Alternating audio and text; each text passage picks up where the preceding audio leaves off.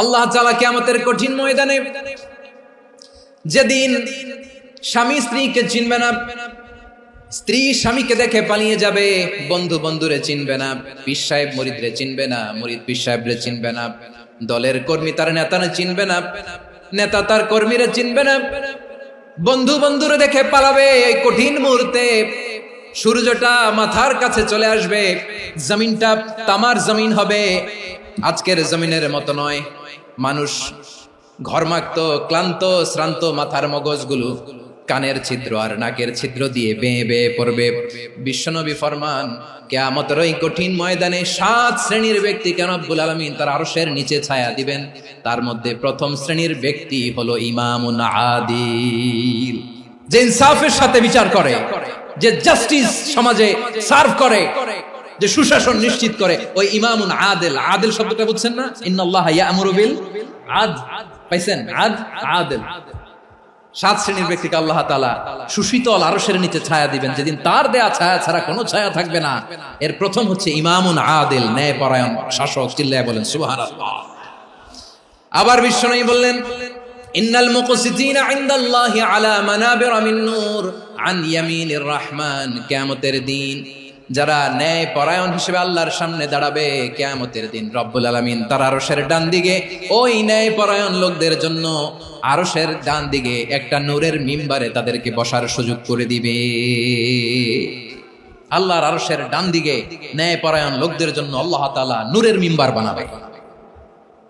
4টে কেন কথা মনে করেছেন? আল আদাল, জাস্টিস। ইন্নাল্লাহা ইয়া'মুরু বিল আদল। আল্লাহ তাআলা এই আদালতের নির্দেশনা দেন, সুবিচার, সুশাসন। প্রিয় ভাইরা, এটা আমরা বাংলাদেশে চাই কি চাই না? এই যে অরাজকতা, এই যে অন্যায়, এই যে জুলুম, এই যে ইনকনসিস্টেন্সি সমাজের অসঙ্গতির প্রধান কারণ জাস্টিস নাই, সুবিচার নাই, সুশাসন নাই। শেষবারের মতো আওয়াজ করে বলেন তো, আমরা বাংলাদেশে আদল চাই কি চাই না? তাহলে প্রথম নির্দেশনা শেষ। আল্লাহ তাআলা তোমাদেরকে আদলের আদেশ দেন। এরপর আল্লাহ বললেন, আমি তোমাদেরকে ইহসানের আদেশ দেই। ইন্নাল্লাহা ইয়া'মুরু বিল আদলি ওয়াল ইহসান। আমি তোমাদেরকে যেমনি আদলের নির্দেশনা দেই, তেমনি ভাবে তোমাদেরকে ইহসানের নির্দেশনা দেই।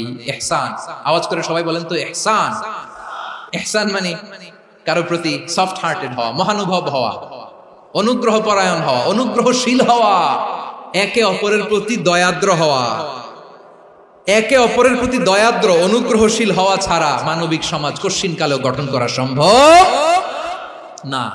প্রিয় ভাইরা, সুন্দর আচরণ দিয়ে, ইহসান দিয়ে যা জয় করা যায়, নরম আচরণ দিয়ে যেটা অর্জন করা যায়, কঠোরতা দিয়ে সেটা পারা যায় না। বিষ্ণু ঈসা ইসলাম ইহসান দিয়ে, কোমল আচরণ দিয়ে, তার অনুগ্রহ দিয়ে তিনি অনেক কাফিরের হৃদয়কে জয় করে ফেলেছেন। সাইয়েদনা সুমামা ইবনে উসাল রাদিয়াল্লাহু তাআলা আনহুর কথা মনে পড়ে যায়। তিনি ছিলেন ইয়ামামার বাদশা। মদিনাতে বিশ্বনবীকে হত্যা করার নিয়তে এসেছিলেন, গোপনে গোপনে বিশ্বনবীকে হত্যা করে আবার ইয়ামামাতে তিনি ফিরে যাবেন। কিন্তু কি অবাক করা কাণ্ড, হত্যা করতে পারে নাই, সাহাবাদের হাতে তিনি ধরা পড়ে গেলেন। সাইয়েদনা সুমামা ইবনে উসাল রাদিয়াল্লাহু তাআলা আনহু হত্যার নিয়তে আসলেন, কিন্তু হত্যা করতে পারলেন না। সাহাবারা ওনাকে ধরে ফেললেন, ধরে মসজিদে নববীর পিলারের মধ্যে বেঁধে রাখলেন। সুমামা ইবনে উসাল, সিরাত থেকে শুনে, সিরাত থেকে শোনাচ্ছি, রাদিয়াল্লাহু তাআলা আনহু ইয়ামামার অধিপতি ছিলেন। বিশ্বনবীকে হত্যার জন্য আসছেন, ধরা পড়ে গেছেন, এখন মসজিদে নববীতে বেঁধে রাখছেন। তার মানে বন্দী। এখন স্ট্যাটাস কি? বন্দী, ক্যাপ্টিভ। তো বিষ্ণু ঈসা ইসলাম সাহাবাদেরকে বললেন, তার খোঁজ খবর নিও, সুমামা ইবনে উসালের খোঁজ খবর নিও। সাহাবারা বলেন, ইয়া রাসূলুল্লাহ, আপনাকে হত্যা করতে এসেছে, তার তো কঠিন ক্যাপিটাল পানিশমেন্ট হওয়া দরকার, কঠিন শাস্তি হওয়া দরকার। বিষ্ণু বললেন, না, আমি যেটা জানি তোমরা সেটা জানো না, তোমরা সুমামার সাথে ভালো আচরণ করো। বিশ্বনবী সুমামার কাছে গেলেন। প্রথম দিন যে তিনি কালেমার দাওয়াত দিলেন, ঈমানের দাওয়াত দিলেন, ইসলামের দাওয়াত দিলেন, রিসালাতের দাওয়াত দিলেন, আখিরাতের দাওয়াত দিলেন। পরের দিন যে বিশ্বনবী সালাতের দাওয়াত দিলেন, যাকাতের দাওয়াত দিলেন, ইসলাম কি, কিভাবে, কেমন করে পালন করতে হয় চমৎকার আর্টিকুলেট করতে শুরু করলেন। তন্ময় হয়ে সুমামা ইবনে উসাল রাদিয়াল্লাহু তাআলা আনহু বিশ্বনবীর কথাগুলো শুনতে আরম্ভ করলো। একদিন নয়, 2 দিন নয়, টানা 3 দিন বিশ্বনবী সুমামার কাছে ইসলামকে প্রেজেন্ট করেছেন, উপস্থাপন করেছেন। আওয়াজ করে বলেন, কয় দিন? 3 দিন। 3 দিন মসজিদে নববীতে বাধা। আর সাহাবীদেরকে বললেন তার খোঁজ খবর নিও, তোমরা যে রুটি বানাও এর মধ্যে সবচেয়ে ভালো আটার রুটিটা তারে দিও, সবচেয়ে রিফাইন্ড খেজুর যেটা পিওর খেজুর এটা তারে দিও।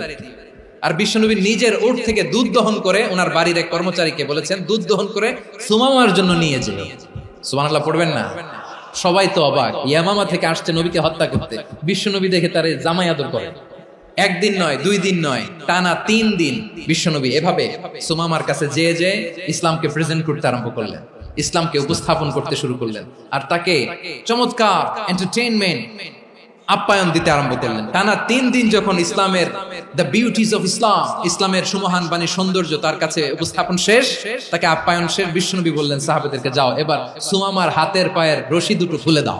সাহাবারা তর্ক জুড়ে দিলেন, লা ইয়া রাসূলুল্লাহ, এমনটা করবেন না তো, ভয়ঙ্কর ভয়ঙ্কর খুনি, কি জানি কি হয়ে যায়। বিশ্বনবী বললেন না, তার হাতে পায়ের রশিগুলো খুলে দাও।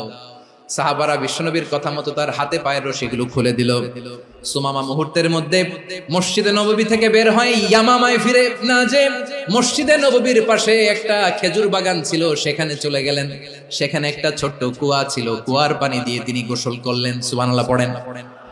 কুয়ার পানি দিয়ে গোসল করে মসজিদে নববীর সামনে এসে বিশ্বনবী এবং সাহাবাদের সামনে দাঁড়িয়ে সাব্বাবা উঁচু করে বললেন, আশহাদু আল্লা ইলাহা ইল্লাল্লাহ ওয়া আশহাদু আন্না মুহাম্মাদান আবদুহু ওয়া রাসূলুহু।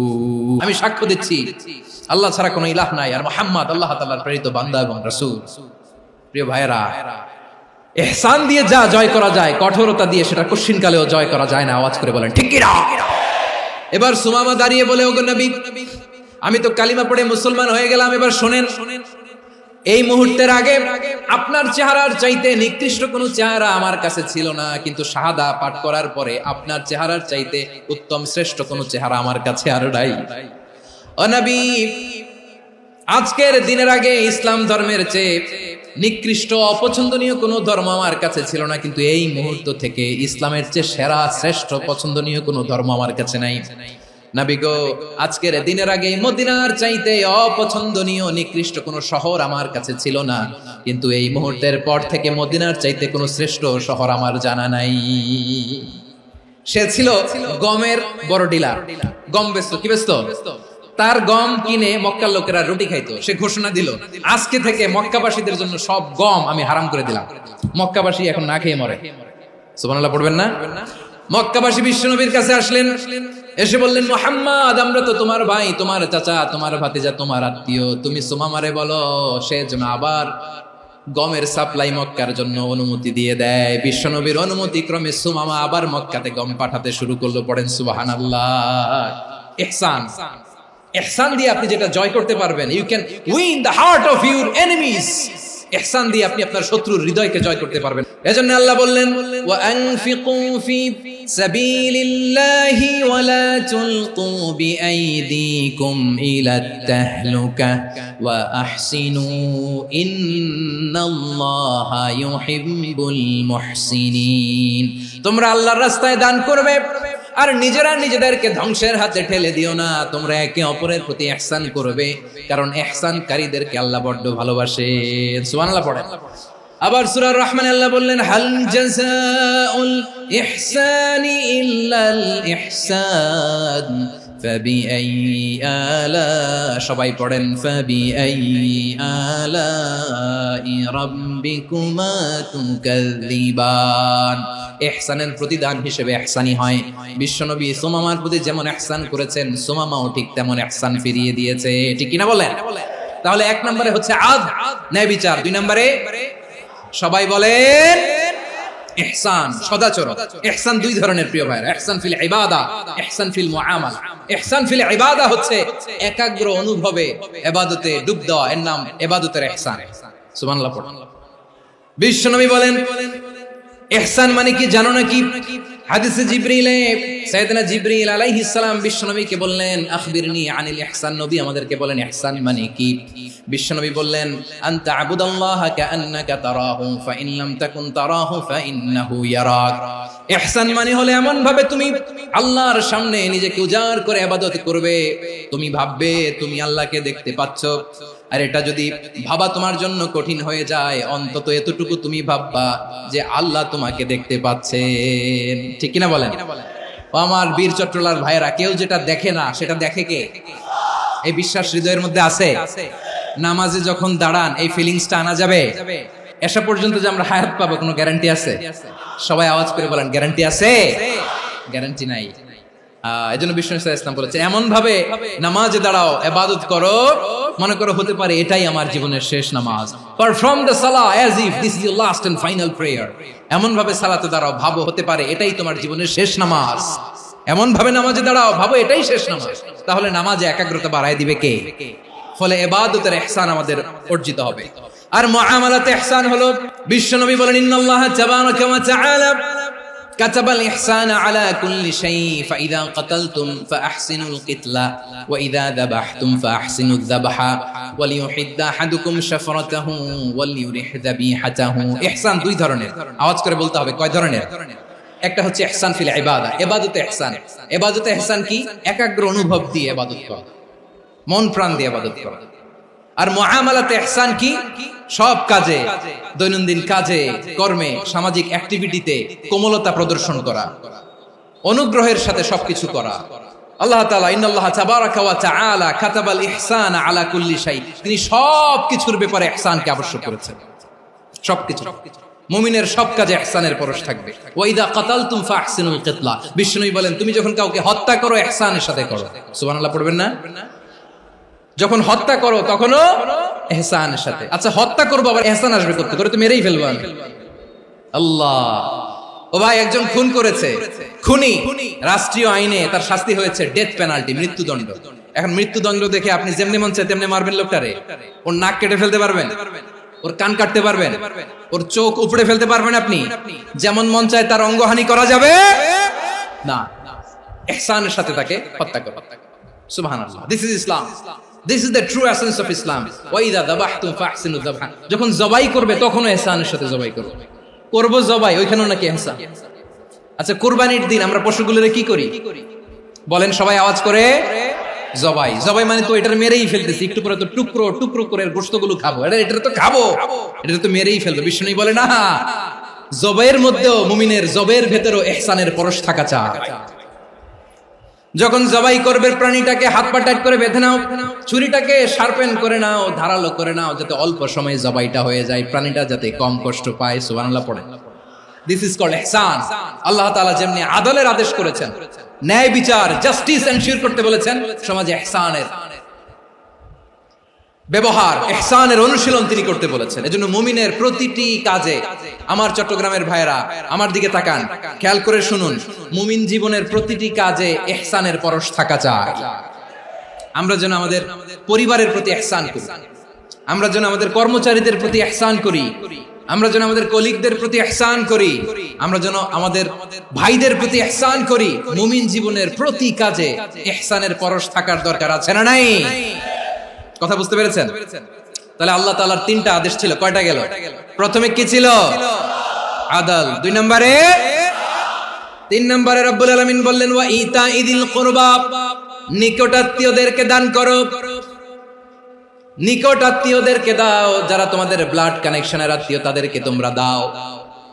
এখানে জেনারেলি বললেন দাও, কি দিব সেটা তিনি এখানে বলেন নাই, সেটা তিনি সূরাতুল ইসরার মধ্যে বলেছেন। আল্লাহ বলেন ওয়া আতিদাল কুরবা হাক্কাহ, নিকট আত্মীয়দেরকে তাদের অধিকার, তাদের প্রাপ্য তোমরা বুঝিয়ে দাও। দেখেন, একটা শান্তির সমাজ, একটা সমৃদ্ধ সমাজ, একটা মানবিক সমাজ গঠনের জন্য আল্লাহ তাআলা বেশি না, মাত্র তিনটা অর্ডার, তিনটা ভার্ডিক্ট তিনি জারি করেছেন। এক নাম্বার সুশাসন, ন্যায় বিচার। দুই নাম্বার ইহসান। তিন নাম্বার নিকটাত্মীয়, যারা কাছের, তোমার ভেরি ক্লোজ রিলেশনশিপে আছে, তাদেরকে দাও। দাও, দিলে বাড়িয়ে দেয় কে? অনেকে দিতে চায় না, কৃপণতা করে। দিলে বাড়ায় দেয় কে? ও মিয়া, মদিনার মধ্যে সবচাইতে গরিব সাহাবী ছিল বেলাল রাদিয়াল্লাহু তাআলা আনহু। ওনার এন্টায়ার অ্যাসেট, সম্পদের পরিমাণ কতদূর জানেন? একটা লুঙ্গি। বেলাল রাদিয়াল্লাহু তাআলা আনহু, ওনার টোটাল ওয়েলথের এস্টিমেশন হচ্ছে মাত্র একটা লুঙ্গি।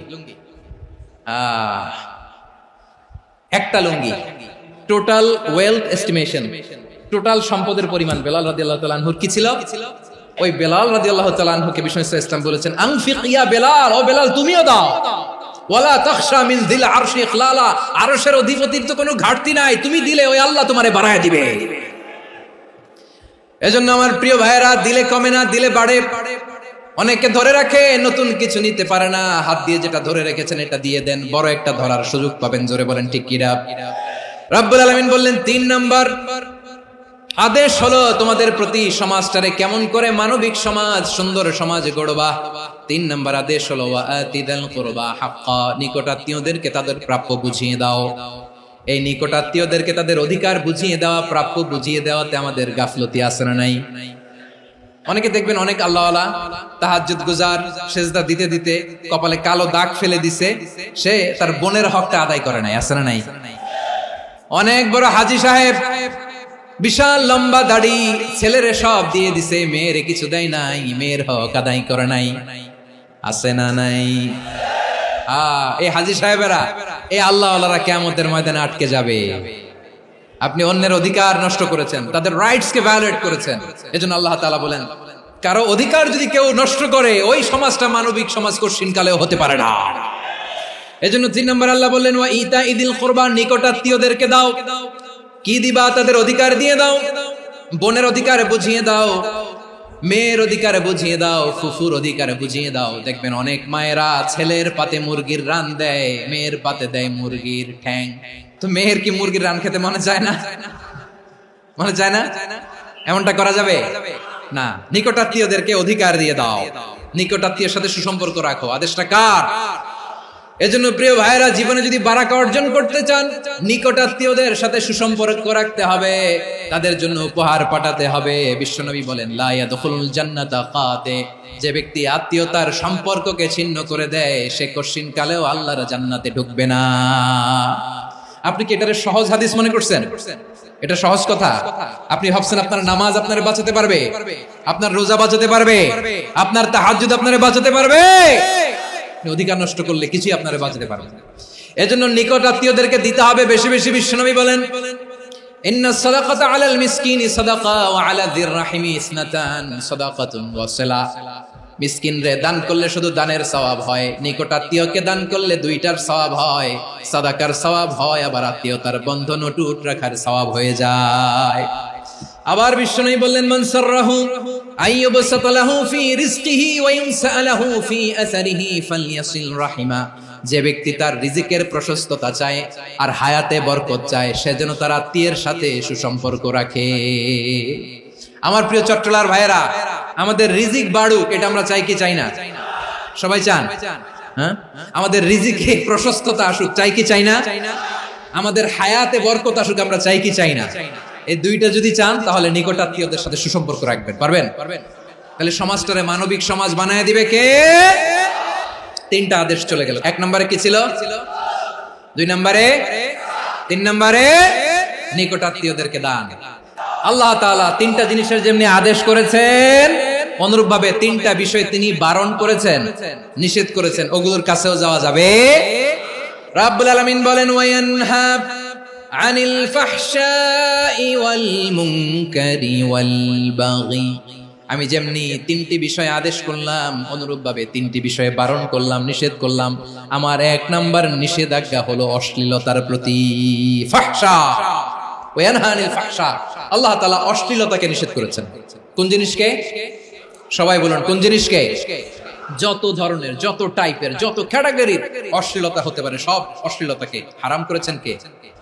ফাহশা মানে কি? কথায়, কাজে, আচরণে, কমেন্ট, ফেসবুকের কমেন্টসে যত ধরনের নোংরামো আছে, যত ধরনের অশ্লীলতা আছে, এটাকে আরবিতে বলে ফাহশা। রাব্বুল আলামিন বলেন, কুল ইন্নামা حرم ربي الفواحش ما ظهر منها وما بطن। ও নবী, আপনি বলে দেন, আমার রব প্রকাশ্য, অপ্রকাশ্য, স্পষ্ট কিংবা অস্পষ্ট, দৃশ্যমান কিংবা অদৃশ্যমান সব অশ্লীলতাকে হারাম করেছেন। সব ধরনের অশ্লীলতা হারাম। আল্লাহ তাআলা আমাদেরকে অশ্লীলতা থেকে বাঁচান। এবার বলেন, আমাদের সমাজে অশ্লীলতা আছে না নাই? অশ্লীলতা নানা ভাবে নানা নামে নানা মোড়কে আমাদের সমাজে আছে না নাই? সংস্কৃতির নামে, ফ্যাশনের নামে, বিনোদনের নামে, উপন্যাসের নামে, কনসার্টের নামে অশ্লীলতা আছে না নাই? আপনি দেখেছেন কনসার্টগুলোর অবস্থা? আমাদের তরুণ তরুণীরা, আমাদের যুবক যুবতীরা, আমাদের জেনজিরা, কি অবস্থা ওইখানে? কনসার্টের নামে অশ্লীলতা আছে না নাই? ছেলে মেয়ে একে অপরকে জড়ায় ধরতেছে, একে অপরকে চুমু খাচ্ছে প্রকাশ্যে, দিবালোকে, গণমানুষের সামনে। আল্লাহ তাআলা এই অশ্লীলতা থেকে আমাদেরকে বেঁচে থাকতে বলেছেন। রূপালী জগতের নামে অশ্লীলতা আছে না নাই? এই টার্মটা আপনারা জানেন না? রূপালী জগৎ কি জগৎ? আসলে কি রূপালী জগৎ না অন্ধকার জগৎ? আমার বোনেরা, আপনাদেরকে যে কি বলে তারা বুঝায়, রূপালী জগৎ শুনেই আপনি ভরকে যাবেন না। রূপালী জগতে যে নারী যত বেশি উলঙ্গ, সে নাকি তত বেশি সাহসী। জানেন? বলে এটা একটা সাহসী নারী, খুব সাহসী পদক্ষেপ তার। যত বেশি শরীর থেকে কাপড় নামাতে পারবে, যত বেশি বস্ত্রহীন হয়ে নিজেকে প্রেজেন্ট করতে পারবে, সে নাকি তত বেশি সাহসী। আমার চট্টলার ভাইরা, শয়তানের প্রথমে এজেন্ডা ছিল বনি আদমকে বস্ত্রহীন করা। সে আদম এবং হাওয়া আলাইহিস সালামকে নিষিদ্ধ গাছের ফল খাইয়ে তাদেরকে বস্ত্রহীন করেছে। এই জামিনেও সে আমাদেরকে বস্ত্রহীন করতে চাইবে। এই রূপালী জগতের নামে তারা এটা করে। আমার প্রিয় বোনেরা, আপনি জানেন না আপনার দাম কত? ওরা আপনাদেরকে বিজ্ঞাপনের সস্তা পণ্য বানাতে চায়। ওরা আপনাদেরকে ওদের ভোগের লিপসার টুলস বানাতে চায়। ওরা আপনাদেরকে দিয়ে ওদের খায়েশ পূরণ করতে চায়। এটা আপনাদের জন্য মোটেও ডিগনিটি নয়, এটা আপনাদের জন্য সম্মান নয়। আপনার সম্মান শালীনতায়, আপনার সম্মান হেজাবে, আপনার সম্মান ভদ্রতায়, আপনার সম্মান আপনার ডিসেন্ট পোশাকে। পোশাক বলে দেয় এই নারীটা ভদ্র না অভদ্র। পোশাক বলে দেয় এই মেয়েটা কোন ঘরের মেয়ে। আপনি জানেন না? আপনারা সস্তা পণ্য বানায়, ভোগের পণ্য, বিলবোর্ডে আপনাকে উলঙ্গ করে উপস্থাপন করে। এই অশ্লীলতার সাথে ইসলামের কোনো সম্পর্ক। এজন্য আল্লাহ বলেন, আমি অশ্লীলতাকে হারাম করেছি। অশ্লীলতাকে হারাম করার প্রথম কারণ হলো এর মাধ্যমে মানবতাকে অপমানিত করা হয়। কারণ মানুষের সম্মান মানুষের পোশাকে। মানুষ যখন পোশাকহীন হয়ে যায়, বস্ত্রহীন হয়ে যায়, তার সম্মান কমে যায়। ঠিক কিনা? অশ্লীলতাকে হারাম করার প্রথম কারণ হচ্ছে মানুষ মানুষকে অপমান করে। একটা নারী, সে তো সম্মানিত। নারী যে কত সম্মানিত, নারীর এটা বুঝেই নাই। বিশ্বনবী বলেন, আদ-দুনিয়া কুল্লুহা মাতা ওয়া খায়রু মাতা'আদ দুনিয়া আল মারআতু সালিহা। আমার বোনেরা, 5টা প্যান্ডেলে আপনারা এলইডিতে আমার আলোচনা শুনছেন, আমি জানি। আপনাদের এই গর্ভ যে কত দামি আপনি জানেন না। আপনার পেট থেকেই আসবে আগামী দিনের সালাহুদ্দিন আল আইয়ুবী। আপনার পেট থেকেই আসবে অনাগত দিনের ইমাম মাহদী আল মুনতাযর। আপনার পেট থেকেই আসবে অনাগত দিনের ফয়সাল, ওয়াসিম, মুগ্ধ, আবু সাইদের মতো বীর যোদ্ধা। আমার প্রিয় বোনেরা, আমার প্রিয় বোনেরা, বিশ্বনবীর কথার ওজন খেয়াল করেন। আর দুনিয়া কুল্লুহা মাতা ওয়া খায়রু মাতা'আদ দুনিয়া আল মারআতু সালিহা। দুনিয়ার সবকিছুই অ্যাসেট, এর মধ্যে সবচেয়ে দামি অ্যাসেট নেককার নারী। আপনার গর্ভ যে কত দামি আপনি জানেন না। নিজের সময়টাকে কাজে লাগান, কোরআন পড়েন, সুন্নাহ পড়েন। আপনার অনেক দায়িত্ব ঘরে। You are the MD of your family. একটা family it's a very big institution. পরিবার একটা অনেক বড় প্রতিষ্ঠান। And you are the MD of your institution. আপনি এই পরিবারের MD, managing director of your family. এখানে আপনার কত দায়িত্ব। আপনি ছেলে মেয়েদেরকে তারবিয়া করবেন। আপনি আপনার স্বামীর জন্য ঘরটার জান্নাতের নীর বানাবেন। আপনার জন্য জান্নাতের ডুপ্লেক্স বাড়ি ওইখানে তৈরি করে রাখবে কে? আপনি যে কত দামি আপনি জানেন না। নারীদেরকে আল্লাহ বানিয়েছেন উচ্চতর করে, নিম্নতর নয়। নারীদেরকে ছোট্ট জিনিস দিলে এটার বড় করে দেয়। নারীদেরকে ভ্রূণ দিলে, শুক্রাণু দিলে নারী এটারে বাচ্চা হিসেবে উপহার দেয়। ঠিক কিনা? বিয়ের মাধ্যমে স্বামী যখন তার শুক্রাণু তার স্ত্রীকে উপহার দেয়, স্ত্রী রিটার্নে কি উপহার দেয়? ফুল ফর্ম বেবি, মানব সন্তান। দেখছেন? আপনি দিলেন একটুকুনি, দিছে বিশাল। আপনি যদি নারীকে বাজার এনে দেন, নারী এটাকে সুস্বাদু খাবারে রূপান্তর করে দেয়। আপনি তাকে একটা মুচকি হাসি দিয়ে দেন, সে তার কলিজা দিয়ে দেয়। কিন্তু যদি আপনি তার মনে কষ্ট দেন, সে আপনার জীবনকে জাহান্নাম বানায়া দেয়। নারীর মন বুঝতে পারলে নেয়ামত, বুঝতে না পারলে কিয়ামত। আমার প্রিয় বোনেরা, আপনি যে কত দামি আপনি জানেন না। অনেক দামি আপনি, আপনাদেরকে যেন ভোগের সস্তা পণ্য বানাতে না পারে, আপনাদেরকে সচেতন থাকতে হবে। তাহলে কেন আল্লাহ তাআলা এই ফাহশা অশ্লীলতাকে হারাম করলেন? এক নাম্বার, এতে হিউম্যান ডিগনিটি কমে। দুই নাম্বার, এতে মানুষের অধিকার নষ্ট হয়। আপনি বিয়ে করেছেন এরে, পরকিয়া করেন ওর সাথে, এরকম আছে না নাই? স্ত্রীর অধিকার নষ্ট করেছেন। আপনি বিবাহ সম্পর্কে আবদ্ধ হয়েছেন তার সাথে, আপনি পরকিয়া করেন ওই ছেলের সাথে, আপনি আপনার হাজবেন্ডের সাথে বিট্রে করেছেন। এজন্য আল্লাহ অশ্লীলতাকে হারাম করেছেন। অশ্লীলতাকে হারাম করার আরেকটা কারণ হচ্ছে আল্লাহ তাআলা এই হিউম্যান জেনারেশনকে এটাকে প্রিজার্ভ করতে চায়। হিফজুন নাসল, এটা মাকাসিদুশ শরিয়ার অনেক গুরুত্বপূর্ণ একটা মাকাসিদ, অনেক গুরুত্বপূর্ণ। আপনার নাসল, আপনার জেনারেশনকে সংরক্ষণ করা। এই যে আসতেছে ফেব্রুয়ারি, কত ফেব্রুয়ারি জানো? এটা কি বিশ্ব ভালোবাসা দিবস? হ্যাঁ, কি দিবস? এই বিশ্ব ভালোবাসা দিবসের সাথে মুসলমানদের কোনো সম্পর্ক নাই। আমার প্রিয় ভাইরা, এই যে আপনি অবৈধ সম্পর্কে জড়ালেন, কেন আল্লাহ অশ্লীলতাকে হারাম করেছে দেখেন। বলতেছিলাম যে এটা আপনার নাসল, আপনার জেনারেশন, আপনার লিনিয়েজ, আপনার বংশকে প্রিজার্ভ করা। কে কার বাবা, কে কার মা, বাবা মা জানা, প্রজন্মকে প্রিজার্ভ করা, এটা ইসলাম ওয়াজিব করে দিয়েছে। এই যে অবৈধ সম্পর্কের কারণে, বিশ্ব বেহায়া দিবসের কারণে, এগুলোর আউটকাম, আউটপুট হিসেবে মাঝে মাঝে এই ঢাকা মেডিকেলের ডাস্টবিনে নবজাতকের বাচ্চার কান্নার আওয়াজ শুনতে পাওয়া যায়। চট্টগ্রাম মেডিকেলের ডাস্টবিনে নবজাতকের কান্না শুনতে পাওয়া যায়। বীর চট্টলার মুসলমানেরা বুঝতে পারলে আওয়াজ করে বলেন। এই যে চট্টগ্রাম মেডিকেলে যে নবজাতকটা পাওয়া গেল, ওর বাবাকে আমাকে বলেন, ওর মাকে, ও কোন ফ্যামিলির সন্তান কেউ জানে? আপনি হিউম্যান ডিগনিটিকে অপমান করেছেন না? আপনি তার ভবিষ্যৎকে অন্ধকার করেছেন না? আপনি তার লিনিয়েজকে প্রশ্নবিদ্ধ করে দিয়েছেন না? এই জন্য আল্লাহ তাআলা অশ্লীলতাকে আমাদের জন্য হারাম করে দিয়েছেন। পড়েন সুবহানাল্লাহ। এই জন্য রাব্বুল আলামিন বলেন, কুল ইন্নামা حرم ربي الفواحش ما ظهر منها وما بطن। প্রকাশ্য প্রকাশ্য সব অশ্লীলতাকে হারাম ঘোষণা করে দিয়েছে কে? আবার দুনিয়ার বুকে যারা অশ্লীলতার প্রসার করে তাদের জন্য শাস্তি মজুদ রেখেছে কে? রাব্বুল আলামিন বলেন, ইন্নাল্লাযীনা ইউহিব্বুনা আন তাশিআল ফাহিশাতু ফিল্লাযীনা আমানু লাহুম আযাবুন আলীমুন ফিদ দুনিয়া ওয়াল আখিরাতি ওয়াল্লাহু ইয়ালামু ওয়া আনতুম লা তা'লামুন। নিশ্চয়ই যারা বিশ্বাসীদের মাঝে অশ্লীলতার প্রচার প্রসার করতে চায় তাদের জন্য আমি মর্মন্তুদ শাস্তি প্রস্তুত করে রেখেছি, দুনিয়াতেও রেখেছি, আখিরাতেও রেখেছি। ঘোষণাটা কার? যারাই নাটকের নামে, সিনেমার নামে, রূপালী জগতের নামে, মুভির নামে, ওটিটি প্ল্যাটফর্মের নামে আমার সমাজে অশ্লীলতা ছড়াতে চায় তাদের জন্য কঠিন মর্মন্তুদ শাস্তি মজুদ রেখে দিয়েছে কে? ও আমার বোনেরা, এখনো আপনি জাগবেন না? এখনো আপনার চিন্তার দুয়ারে এখনো নাড়া পড়ে নাই?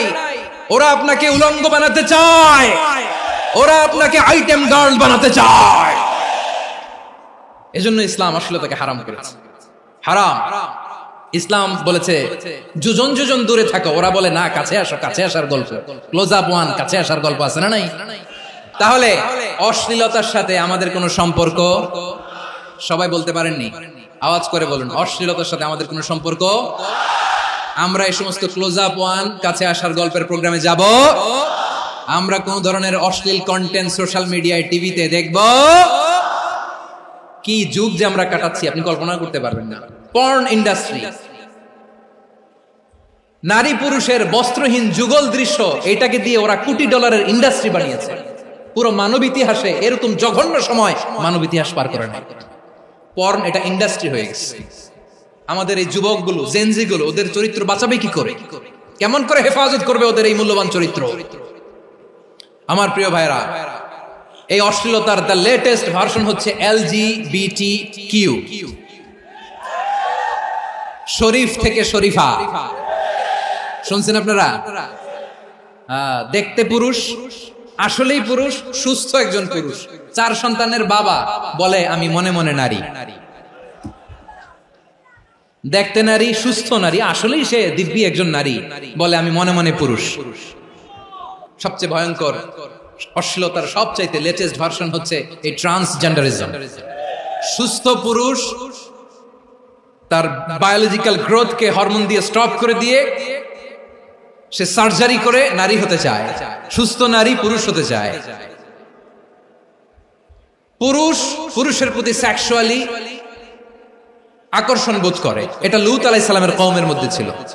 এটাকে আল্লাহ কোরআনে ফাহিশা বলেছেন। وَلُوطًا إِذْ قَالَ لِقَوْمِهِ أَتَأْتُونَ الْفَاحِشَةَ مَا سَبَقَكُمْ بِهَا مِنْ أَحَدٍ مِّنَ الْعَالَمِينَ। লূত আলাইহিস সালাম বললেন, তোমরা কি এমন এক অশ্লীল কার্যক্রমে ডুব দিলে নাকি যেটা গোটা বিশ্বের কেউ কখনো করে নাই, তোমরাই প্রথম করেছো। পড়েন নাউযুবিল্লাহ। এই পশ্চিমের এই রোগ আমার দেশে যেন আসতে না পারে, আমাদের সজাগ থাকতে হবে। প্রিয় ভাইরা, চিল্লায় বলেন ঠিক কিনা? পশ্চিমের অবস্থা ভয়ঙ্কর। পাশ্চাত্যে, আমি যুক্তরাষ্ট্রে ছিলাম অনেকদিন, কয়েক মাস, বিভিন্ন স্টেটে ঘুরেছি। গার্ডিয়ানরা উদ্বিগ্ন, ছেলে মেয়েদেরকে, ছোট্ট ছেলে মেয়ে, ওদেরকে জিজ্ঞেস করে, তুমি how do you feel right now inside yourself, তুমি ভিতরে ভিতরে কেমন ফিল করো, তোমার কি ছেলে ছেলে লাগে না মেয়ে মেয়ে লাগে? আচ্ছা বলেন, এই ছোট্ট বাচ্চাটা ওকে এগুলো জেন্ডার অ্যাসাইনমেন্ট বলতে এগুলো কিছু বুঝে? এইভাবে মিসগাইড করা হচ্ছে। কৌতূহল বশত ছোট্ট ছেলে যদি বলে আমার তো মেয়ে মেয়ে লাগে, তখন বলে যে না তুমি মেয়ে, ছেলে না। মা বাবা বাধা দিলে ওকে আলাদা গভর্নমেন্ট হাউসে নিয়ে যায়। ভয়ঙ্করতম অবস্থা। আমরা একটা সময় শুনতাম যে হুজুর আমার ছেলেটা খুব ভালো, হাফেজে কোরআন, আল্লাহওয়ালা। হুজুর আমার ছেলে দাড়ি রাখছে, আল্লাহওয়ালা। হুজুর আমার ছেলে 5 ওয়াক্ত সালাত জামাতের সাথে পড়ে, তার মানে আল্লাহওয়ালা। পশ্চিমে যে আমি কি শুনছি জানেন? ওরা বলে হুজুর আমার ছেলেটা ইউনিভার্সিটির একটা মেয়ের সাথে প্রেম করে, ও খুব আল্লাহওয়ালা, হুজুর দোয়া করবেন। এর কারণ ওদের কাছে আল্লাহওয়ালার ক্রাইটেরিয়া হচ্ছে হুজুর আমার ছেলেটা আরেক ছেলের পছন্দ করে নাই, আমার মেয়েটা আরেক মেয়েকে ভালোবাসে নাই, এজন্য আমার ছেলেটা আল্লাহওয়ালা, হুজুর ওর জন্য একটু দোয়া করে দিয়ে। কি চ্যালেঞ্জ ওরা ফেস করতেছে। ওনার ছেলে যে আরেক ছেলেরে বিয়ে করবে না, এটাতেই উনি খুশি যে আলহামদুলিল্লাহ আমার ছেলেটা একটা মেয়েরে ভালোবাসে, আমার মেয়েটা একটা ছেলেরে ভালোবাসে, মানে এটা খুব আল্লাহওয়ালা। নাউজুবিল্লাহ পড়তে পারলেন না? এজন্য অশ্লীলতার সাথে আমাদের কোনো সম্পর্ক। রব্বুল আলামিন বলেন ওয়ায়ানহা আনিল ফাহশাই ওয়াল মুনকারি ওয়াল বাগি, তিনটা জিনিসকে আমি নিষিদ্ধ করলাম। এক নাম্বার হলো ফাহশা, অশ্লীলতা। 2 নম্বরে হলো মুনকারের সমস্ত মন্দ কাজ। মুনকার মানে হচ্ছে যত মন্দ কাজ, খারাপ কাজ, বাজে কাজ, এটার বলে মুনকার। এটার কি বলে? আপনারা পড়ছেন না তা'মুরুনা বিল মা'রুফি ওয়া তানহাউনা আনিল মুনকার, সৎ কাজের আদেশ, অসৎ কাজের নিষেধ। মুনকার, মুনকার হচ্ছে মানুষের স্বাভাবিক বিবেকবোধ যেটাকে খারাপ বলে, ওইটাই মুনকার। পৃথিবীর সব আসমানি গ্রন্থ যেটাকে খারাপ বলেছে, মানুষের স্বাভাবিক বিবেকবোধ যেটাকে খারাপ বলেছে, এগুলো সব মুনকার। যেমন ইফতিজিং, এটা কি ভালো না খারাপ? মজুদদারি, খাদ্যে ভেজাল দেওয়া, ওজনে কম দেওয়া, মাছে ফরমালিন মিশানো, চাঁদাবাজি, টেন্ডারবাজি, দখলবাজি, এগুলো আমাদের স্বাভাবিক বিবেকেই বলে এগুলো খারাপ, এগুলো হচ্ছে মুনকার। আল্লাহ তাআলা এই মুনকার থেকে আমাদেরকে বেঁচে থাকতে বলেন, আর শয়তান এই মুনকারের প্রতি আমাদের উদ্বুদ্ধ করে। আল্লাহ তাআলা বললেন ইয়া আইয়ুহাল্লাযীনা আমানু লা তাত্তাবি'উ খুতুওয়াতিশ শাইতান ওয়া মান ইয়াত্তাবি' খুতুওয়াতিশ শাইতানি ফাইন্নাহু ইয়া'মুরু বিল ফাহশাই ওয়াল মুনকার। আল্লাহ বললেন আমার গোলামেরা শোনো শোনো, ও আমার বিশ্বাসী বান্দারা খবরদার, তোমরা কশিনকালেও শয়তানের পদাঙ্ক অনুসরণ করবে না, কারণ শয়তান তোমাদেরকে অশ্লীলতা এবং মন্দ কাজের দিকে উদ্বুদ্ধ করে।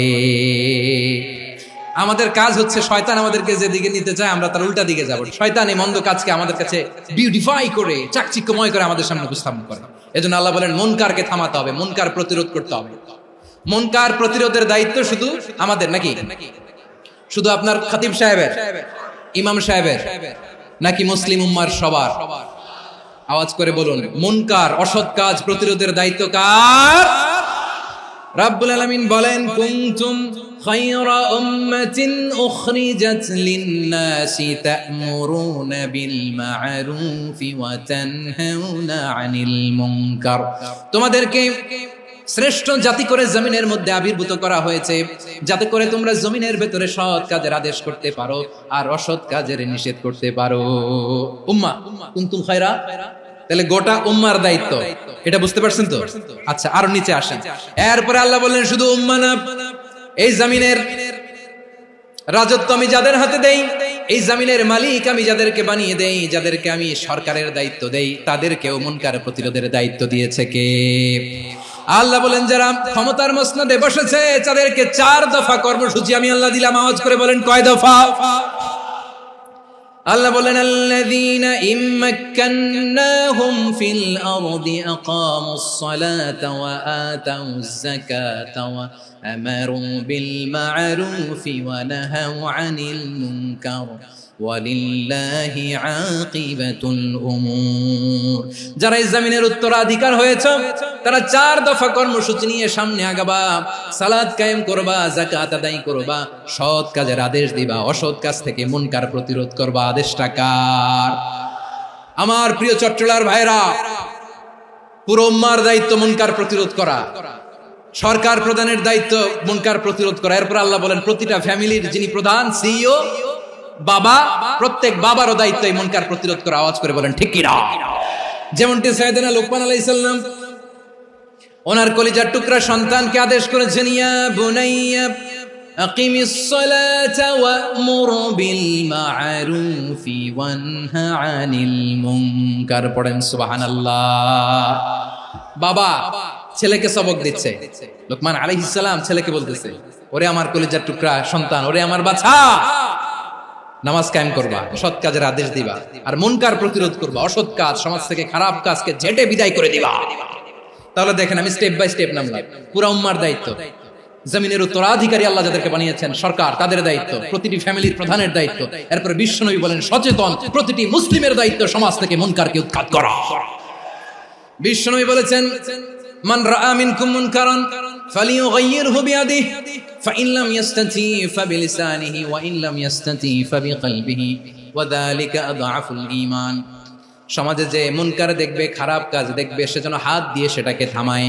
আমার প্রিয় ভাইরা, না থামালে আমরাই ডুববো শেষমেশ। আমাদের বাঁচার জন্য হলেও থামাইতে হবে। রব্বুল আলামিন বলেন ওয়াত্তাকু ফিতনাতাল লা তুসিবান্নাল্লাযীনা যালামু মিনকুম খাসসা। ও আমার গোলামেরা, ওই আযাবকে ভয় করো যে আযাব যখন আমি জমিনের বুকে পাঠাই শুধু জালেমদেরকেই মারি না, আলেমদেরকেও মারি।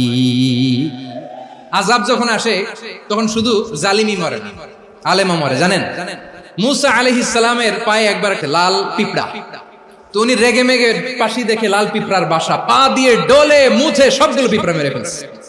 এই ঘটনাটা আল্লাহ ঘটিয়েছেন এজন্য মুসা আলাইহিস সালাম ছিলেন কালিমুল্লাহ, সরাসরি আল্লাহর সাথে কথা বলতেন। তিনি আল্লাহকে জিজ্ঞেস করেছিলেন, আল্লাহ তুমি যখন কোন জনপদে আযাব পাঠাও, শাস্তি দাও, ওখানকার শুধু জালেমরাই তো মরে না, ভালো মানুষগুলাও মরে, তো আযাব দিবা মুশরিকদের উপর দিবা, অবাধ্যদের উপর দিবা, ভালো মানুষগুলোরে মারো কেন? আল্লাহ বলেন মুসা তোমার যে কামড় দিছিল পায়ের মধ্যে পিঁপড়া, কয়টা পিঁপড়া? একটা পিঁপড়া, তো সবগুলারে মারলা কেন? রেগে মেগে পুরো পিঁপড়ার বাসা ভেঙে মেসাকার করলা কেন? আমি যখন অ্যাকশনে যাই, আমি যখন শাস্তি দেই, তখন এত বাস বিচার করা হয় না, বাস বিচার করা যায় না। যখন অ্যাকশনে যাওয়া হয় ওইটা ডাইরেক্ট অ্যাকশন হয়ে যায়। চিল্লায় বলো ঠিক কি না? এজন্য আমাদের বাঁচার জন্য হলেও এই পাপ থামাতে হবে, এই শয়তানের অট্টহাসি থামাতে হবে, অন্যায় অপরাধ সমাজ থেকে আমাদের থামাতে হবে। কারণ আযাব আসলে ওরাও মরবে, আমরাও মরবো। একটা জাহাজ 2 তলা, আপনি আছেন 2য় তলায়, নিচের তলার কিছু লোক জাহাজের তলা ছিদ্র করতে আরম্ভ করছে। কি ছিদ্র করতেছে? আচ্ছা জাহাজের তলা ছিদ্র করলে তলা দিয়ে কি ঢুকে? এখন আপনি যদি বলেন আমার কি, আমি তো 2 তলায়, আমি তো ভালো আছি, ওরা ছিদ্র করে ওরা মরবে। আসলে কি শুধু ওরা মরবে? তলা দিয়ে যখন পানি ঢুকবে, জাহাজ ঢুকলে আপনিও মরবেন। এজন্য নিজে মরার আগে ওই পাগলগুলোর নিচ তলায় যে থামাতে হবে। চিল্লায় বলেন ঠিক কি না? এজন্য আল্লাহ বললেন মুনকার প্রতিরোধের দায়িত্ব সমাজের টপ টু বটম সবার। এজন্য মুনকার প্রতিরোধ করার দরকার আছে না নাই? সমাজে এই যে ইফটিজিং হয়, আপনার বোনের বয়সী একটা মেয়েকে কিছু বখাটে টিটকারি করে, এই বলে সেই বলে, নোংরা কথা বলে, রাস্তায় দেখেও আপনি পাশ দিয়ে না দেখার মতো চলে যান কেন? আপনি দাঁড়ান না কেন? আপনি দাঁড়ালেই তো থেমে যাবে, কারণ সত্যের যে শক্তি তার সামনে মিথ্যা মুখ থুবড়ে পড়ে। আপনার সামনে ও কিছুই না, নাথিং। আপনি দাঁড়ান, ওকে প্রশ্ন করেন যে আমার বোনকে তুমি ডিস্টার্ব করো কেন? আপনাকে দেখে আরো 5 জন দাঁড়াবে, 5 জনকে দেখে আরো 10 জন দাঁড়াবে। আমাদের নীরবতা আর আমাদের নিশ্চুপ থাকাই জালিমদেরকে আরো শক্তিশালী জালিম বানিয়েছে। এজন্য মুনকার প্রতিরোধের দায়িত্ব আমাদের সবার। টেন্ডারবাজি, চাঁদাবাজি, দুর্নীতি, অপরাধ, দখলদারিত্ব, মজুদদারি, এগুলো সবকিছু একসাথে প্রতিরোধ করতে হবে, ঠিক কিনা বলেন? একটা মানবিক সমাজ যদি চাই, প্রতিরোধ করতে হবে। প্রিয় ভাইয়েরা, আল্লাহর শপথ নিয়ে বলি, এই নাসিহাত গুলো সবার জন্য, সব দলের জন্য, সব মতের মানুষের জন্য। আমরা কোনো দলের প্রতি মানুষকে ডাকি না, আমরা ডাকি ইসলামের দিকে। সব দলের, সব মতের, সব মানুষদেরকে আমরা আহ্বান জানাই, আসুন আমরা একটা সুন্দর সমাজ বিনির্মাণ করি। এই যে নতুন বাংলাদেশের এক সুযোগ এসেছে, আর জীবনে হয়তো আসবে না, সামনের 100 বছর এই সময় আসবে না। আসুন দেশটাকে আমরা সাজাই, আসুন আমরা দুর্নীতি বন্ধ করি, আসুন আমরা চাঁদাবাজি বন্ধ করি, আসুন আমরা দখলদারিত্ব বন্ধ করি, আসুন আমরা এক দল আরেক দলকে নিশ্চিহ্ন করার যে রাজনীতি, এটা বন্ধ করি।